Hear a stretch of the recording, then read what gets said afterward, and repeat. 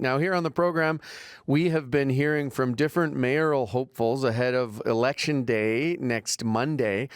Today, we're going to hear from the runner-up from 2021. Jeromy Farkas is back on the ballot after coming up short against Jody Gondek 4 years ago. Jeromy is with us now in studio. Good morning. Good morning. Thanks so much for having me. Yeah, thanks for coming in. I appreciate it.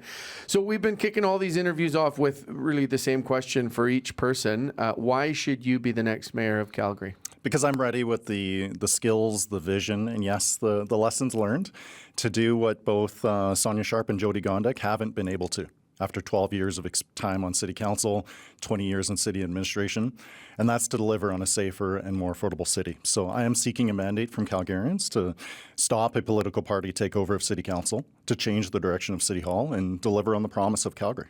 Okay, you mentioned some lessons learned there, and I think I want to get to this, sort of questions of leadership and character. You know, when you were on council, so prior to the last election, you had a reputation of being, in some cases, tough to work with, a grandstander rather than a team player. Also, you know, I think your suite of sort of political values have evolved some. So moderating positions, kind of what you see as lessons learned. For a skeptic, why should someone believe that this change is genuine rather than pandering to get votes or whatever it might be? Well, I'll never regret serving as one of Calgary's youngest city councillors, fighting for my constituents, fighting for financial responsibility, for transparency, for bringing Calgarians into the decisions being made at City Hall. And look, over the last 10 years, Calgarians have seen me grow up from a kid in Dover to a community association volunteer to a city councillor, police commissioner, wilderness first responder, nonprofit director, CEO on the front lines in the social sector working for Calgarians. And that's really the skills, the vision, and the experience that I'm bringing to the table as Calgary's next mayor to move forward on these issues. And, you know, I've made mistakes and I've learned from them. It doesn't make me a flip-flopper. It just means I have a working brain. What's an example that you hold up that, you know, people are probably asking you about at the door where you've learned a tough lesson? Well, I think it's more so fighting for something and not just fighting against. I felt that as one of the youngest city councillors 10 years ago, I had to be that contrarian. I had to be that voice of the opposition. And, you know, I did work across party lines. I worked with Naheed Nenshi, co-signing the Community Action on Mental Health and Addiction Strategy, worked with Councillor Farrell to fix up Calgary's water pipe infrastructure. So I've demonstrated that ability, especially in the nonprofit sector, to be able to build those high-performing teams and to move forward on these issues that matter to Calgarians. Explain the learning in that. Those are success stories, I think. For sure. And you know, I there's setbacks, but, you know, I'm happy to discuss my record. You know, when Mayor Gondek and Sonia Sharp were declaring a climate emergency, I was walking, crawling, and bleeding 172 days across North America for Big Brothers and Big Sisters. When they were giving $1 billion away to the Flames for the arena, I was working in the social sector, making every single penny count for the nonprofit that I was running. When they were ignoring our water infrastructure, I was working with the province to build a new flood mitigation project, protect Calgary from another flood. So I'm happy to discuss the record, but this is really about the future. This is about the 2 million Calgarians that are set to arrive by the end of this next decade. It's about safety. It's about affordability. And how do we bring together a city council that can work together as a team? And that's what I've demonstrated in my entire career. Now, on the record, 2020, you were the only councillor to vote against the Green Line project. How do you see that now? In particular, if you're the mayor, you're going to be the one that's fighting for one alignment or another, you know, whether it's tunneling or above ground and elevated through downtown.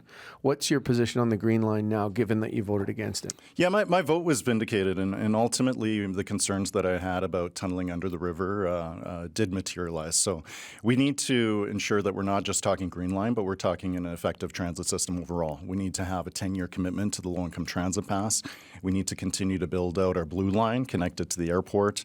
We also need to ensure that North Central Calgary has the investment in transit that's required. We're way oversubscribed on that Centre Street corridor, so it's not just about the Green Line. It's important for us to proceed with this project, and I'm absolutely committed to doing so, but it can't be at the expense of a healthy, functioning, affordable, safe transit system overall for every single Calgarian. What's the downtown alignment you'd advocate for?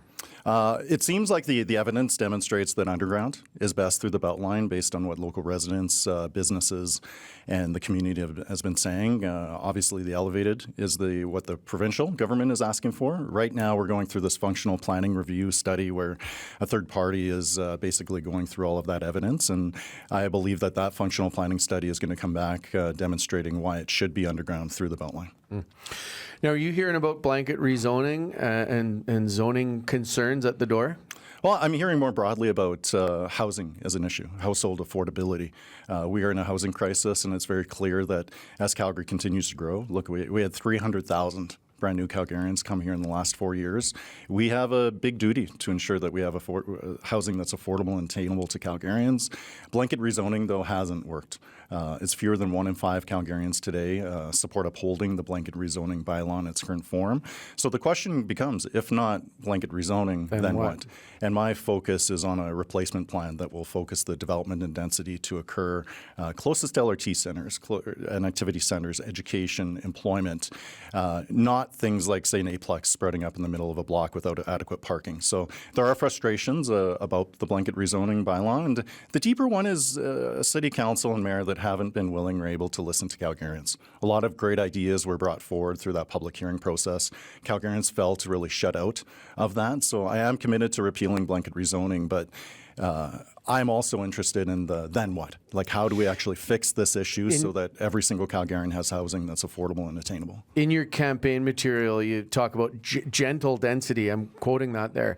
What does that mean? How do you accomplish that with a new bylaw, given that the zoning regime that's in place now is already making a huge difference, for better and for worse, or however you look at it, in neighborhoods? I mean, we walked around Bowness, and it was quite something to see how quickly things are changing there. So how can you put the genie back in the bottle, and then what does this gentle density mean? Well, gentle density is not an A-plex in the middle of a block without parking, right? So I'm in Glamorgan, and that's basically the poster child where it's a $600,000 bungalow being torn down, replaced with 4 $750,000 luxury condos. This is not housing that's affordable or attainable, and I think we actually need investment specifically for purpose-built rentals. We need to work together with our nonprofit providers. We need to work on seniors housing. We need to look at assisted living. And when we see, say again, $1 billion funneled to the flames as part of a new arena, but scarce tens of millions at most being allocated to housing that's actually focused on being affordable for Calgarians, I think we got a big problem in the city. Not a Flames fan. I love the Flames, but to have 85% of the upfront cost of this arena go from taxpayers for almost 100% of the proceeds, naming rights, and everything else to go to the private ownership, it really demonstrates the lack of financial management that both Sonia Sharp and Jody Gondek have demonstrated for the past 4 years.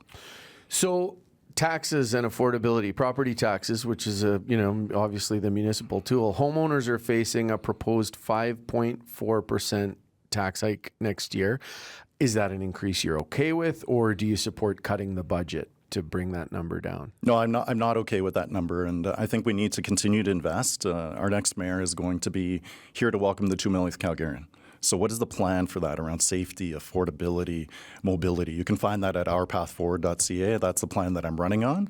And we got to better take care of what we have. What's your property tax commitment then for the next round? I'm not prepared to make a commitment, largely because the province continues to thrust significant property tax increases. I'm going to be doing absolutely everything that I can within municipal control. But if the province says 3 or 4 or 5% tax increases, there's not the transparency or the delineation for most Calgarians. They will look at a person who, say, makes a promise for a freeze and the province increases the taxes, they will call the mayor the liar rather than necessarily point the accountability where it belongs. But for me, it's about continuing to invest. Like, look, both Sonia Sharp and Jody Gondek have presided over a massive failure of investment to maintain our infrastructure. Look, we lose about 25% of City Calgary's water that's produced in the water treatment plant due to the fact that we still have wooden pipes, lead pipes, asbestos pipes. So if we actually spent the money properly to fix what we have, we could potentially reduce the rates on water alone by 25%. So let's be smarter with the money we have, and that's the experience that I've had, really having to keep the lights on, making every single penny count in the nonprofit sector. I've run my own social sector agency. Like, I've really had to focus on financial responsibility, and it's time that we bring those lessons to City Hall. 6 days out, you have identified that you're running against Sonia Sharp and Jody Gondek, it seems. Well, I am the only candidate in this race who can do two things: stop a political party takeover of City Council and change the direction of City Hall. So when you look at those two individuals, collectively 12 years, 20 plus years in city administration, they're talking a lot about what they could have done, should have done, but they haven't. 20 seconds on this idea for, the new police station downtown, the costing of that and the case for it. Well, I've always advocated for that as the Beltline City Councillor in Ward 11.